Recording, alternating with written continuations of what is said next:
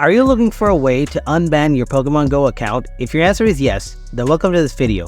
In this tutorial, we will show you a straightforward guide on how to unban your Pokemon Go account to use on your iPhone. So, let's get started. To do that, open any browser, search Pokemon Go support.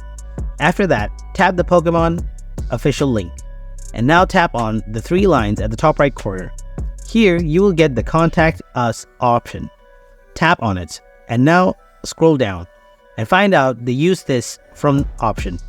After that, you will get the user request from, and now enter your email, username, etc. by following the instruction. And in the description box, write a proper reason why they should unban your Pokemon Go account. You can also add any kind of document if you have.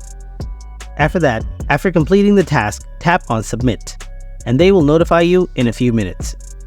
So, wait for some time for the confirmation. So, this is how you can unban your Pokemon Go account. If you found this video helpful, then drop a like, and if you still have anything to ask, then please ask them in the comment section below. Thanks for watching.